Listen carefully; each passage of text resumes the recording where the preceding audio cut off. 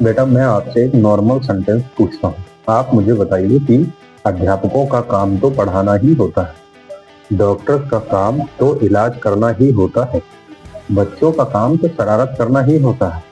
ऐसे सेंटेंसेस को हम अंग्रेजी में ट्रांसलेट करते समय किस रूल का प्रयोग करेंगे, जहाँ पर किसी के पर्पज अथवा उद्देश्य को दिखाया जाता है। ऐसे वाक्यों को जब हमें अंग्रेजी में ट्रांसलेट करना होता है तो हम वहाँ मीन्ट टू का प्रयोग करते हैं। मीन्ट टू, MEANT, मीन्ट और टू, इसके साथ मुख्य क्रिया की पहली अवस्था का प्रयोग किया जाता है। ध्यान रखिए, जब इस प्रकार की कोई भी सेंटेंसेस जो हमें अंग्रेजी में ट्रांसलेट करने होते हैं तो उसके लिए जो हमारा फॉर्मूला यूज होता है वो subject plus is am are, जो सब्जेक्ट के अकॉर्डिंग यूज किया जाता है। एक वचन करता हो तो इज, बहुवचन करता हो तो आर, और अगर आई सब्जेक्ट हो तो एम का प्रयोग करते हैं। यानी subject plus is am are plus means to plus मुख्य क्रिया की पहली अवस्था का प्रयोग करते हैं।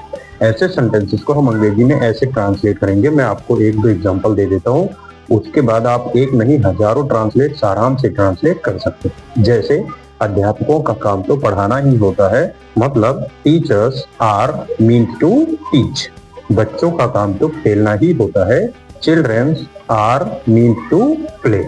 डॉक्टर्स का काम तो दवाई देना ही होता है, doctors are means to give the medicine.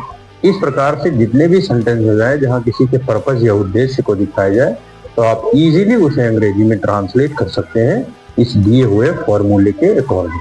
अब आप मुझे एक ट्रांसलेट कमेंट बॉक्स में ट्रांसलेट करके बताएंगे कि कुत्तों का काम तो भौंकना ही होता है, खिलाड़ियों का काम तो खेलना ही होता है, खिलाड़ियों का काम तो खेलना ही होता है। ये आप मुझे कमेंट बॉक्स में कमेंट करके बताइए।